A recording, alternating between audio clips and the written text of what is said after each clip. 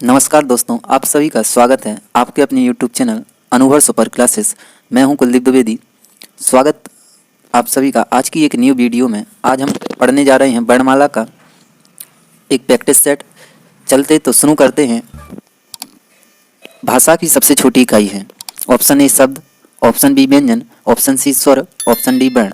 तो आप सभी ने पढ़ा होगा भाषा की जो सबसे छोटी इकाई है वो वर्ण ध्वनि, लेकिन इसमें जो ऑप्शन है ऑप्शन डी वर्ण, तो करेक्ट आंसर अपना ऑप्शन डी वर्ण। नेक्स्ट क्वेश्चन, वर्णमाला किसे कहते हैं? ऑप्शन ए शब्दों के समूह को, ऑप्शन बी वर्णों के संकलन को, ऑप्शन सी शब्द गणना को, ऑप्शन डी वर्णों के व्यवस्थित समूह को। तो इसमें से जो करेक्ट आंसर है ऑप्शन डी वर्णों के व्यवस्थित समूह को ही वर्णमाला कहा जाता है।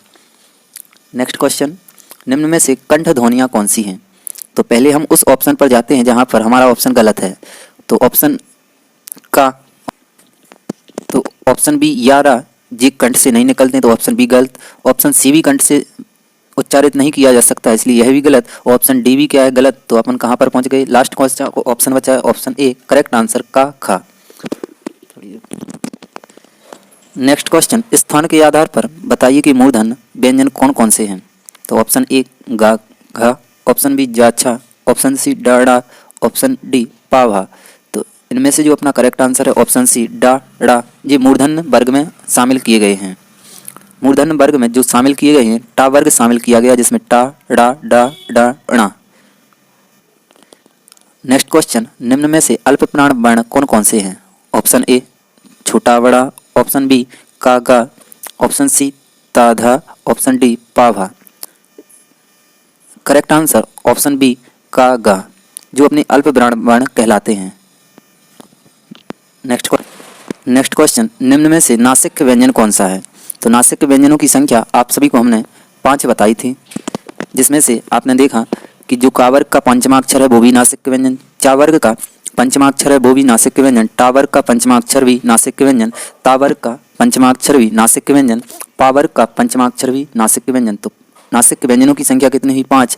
तो आप बताना इसमें से करेक्ट ऑप्शन कौन सा होगा? ऑप्शन बी ना ना, करेक्ट आंसर। नेक्स्ट क्वेश्चन, ए आई वर्ण क्या कहलाते हैं? नेक्स्ट क्वेश्चन, ए आई वर्ण क्या कहलाते हैं? ऑप्शन ए नासिक, तो जी गलत हो जाएगा, क्योंकि नासिक के व्यंजन 5 कहलाते हैं, जो हमने आपको पिछले क्वेश्चन में बताया था। ऑप्शन बी मूर्धन, ए ऑप्शन भी गलत हो जाएगा। नेक्स्ट ऑप्शन ओष्ठ, तो ओष्ठ से कभी भी आप ए आई का उच्चारण कीजिए तो ओंठ को स्पर्श नहीं करता, यानी सी ऑप्शन भी गलत। नेक्स्ट कौन सा बचा? ऑप्शन डी कंठ तालव्य। तो ऐसे वर्ण जो कंठ और तालु दोनों को स्पर्श करते हुए उच्चारित होते हैं उन्हें कहा जाता है ए आई। ए जो बनता है आ प्लस ई से बनता है, और आई जो बनता है आ प्लस बड़ा ई से बनता है। तो आ निकलता है कंठ से और ई निकलता है तालु से, इसलिए ए और आई दोनों कंठ और तालु से उच्चारित होते हैं। Option D correct answer. Next question, Hindi वर्णमाला में अयोग्यवाय वर्ण कौन से हैं? तो अयोग्यवाय का सीधा सा अर्थ होता है कि ऐसे वर्ण जो ना तो स्वर की गिनती में गिने जाते हैं ना ही व्यंजन की गिनती में गिने जाते हैं, उन्हें अयोग्यवाय वर्ण कहा जाता है। जैसे आपने देखा कि जो अंग है उसे भी अयोग्यवाय कहा गया है, और जो आहा है उसे भी अयोग्यवाय, यानी जब अंग का उच्चारण करते हैं तो इसमें आ के साथ क्या छुपा रहता है? माँ। और आहा का उच्चारण करते हैं तो आ के साथ क्या छुपा रहता है? हा। और आ क्या है? एक स्वर, और माँ क्या है? व्यंजन।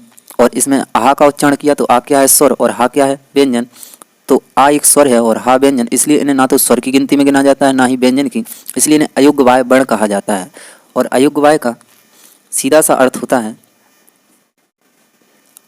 अयोग्यवाय का सीधा सा अर्थ होता है आ मतलब नहीं, योग्य मतलब जोड़ा, और वाह्य मतलब होता है साथ चलना। मतलब ऐसे वर्ण जो स्वर और व्यंजन के साथ नहीं चलते उन्हें अयोग्यवाय वर्ण कहा जाता है।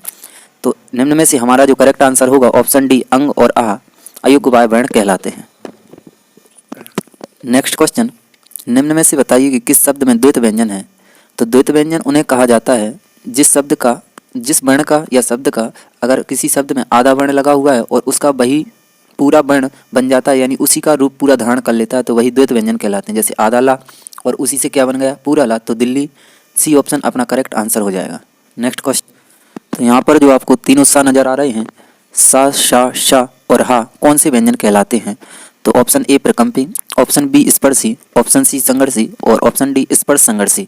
तो आप सभी जानते हैं जो प्रकम्पी है ये अपना सिर्फ एक ही है जिसे पार्श्विक व्यंजन कहते हैं ला, तो ऑप्शन ए गलत, इसमें ऑप्शन ए नहीं हो सकता। ऑप्शन बी स्पर्शी, यानी स्पर्शी व्यंजन जो वर्ग थे अपने 5, एक वर्ग में 5 तो 5 वर्ग में 25, यानी ये भी नहीं है। ऑप्शन बी भी रॉन्ग आंसर। ऑप्शन सी संघर्षी, तो ऑप्शन सी भी संघर्षी गलत आंसर।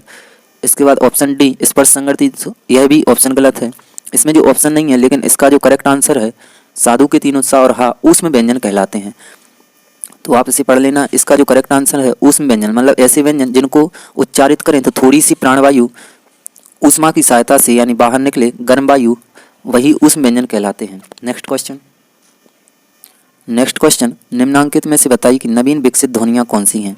तो जो नवीन विकसित ध्वनियाँ होती हैं उन्हें विदेशी ध्वनि, आगत ध्वनि, मयाद ध्वनि कहा जाता है। जैसे आप डॉक्टर लिखते हो तो डॉक्टर में जो ओ की मात्रा या औ की मात्रा आती है वो नवीन ध्वनियाँ कहलाती हैं। तो निम्न में से कौन सा है, तो ऑप्शन सी करेक्ट आंसर, ए और औ। नेक्स्ट क्वेश्चन, निम्न में से कौन सा घोष वर्ण है। तो हम सभी ने पढ़ा था कि घोषत्व के आधार पर जो वर्ण होते हैं वो दो होते हैं, अघोष और सघोष।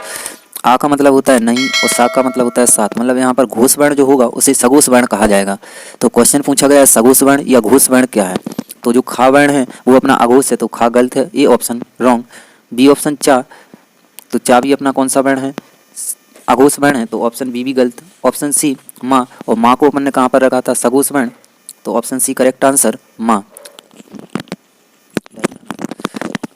नेक्स्ट क्वेश्चन, कौन सा अमानक वर्ण है। तो ऑप्शन ए खा, ऑप्शन बी घा, ऑप्शन सी माँ और ऑप्शन डी धा।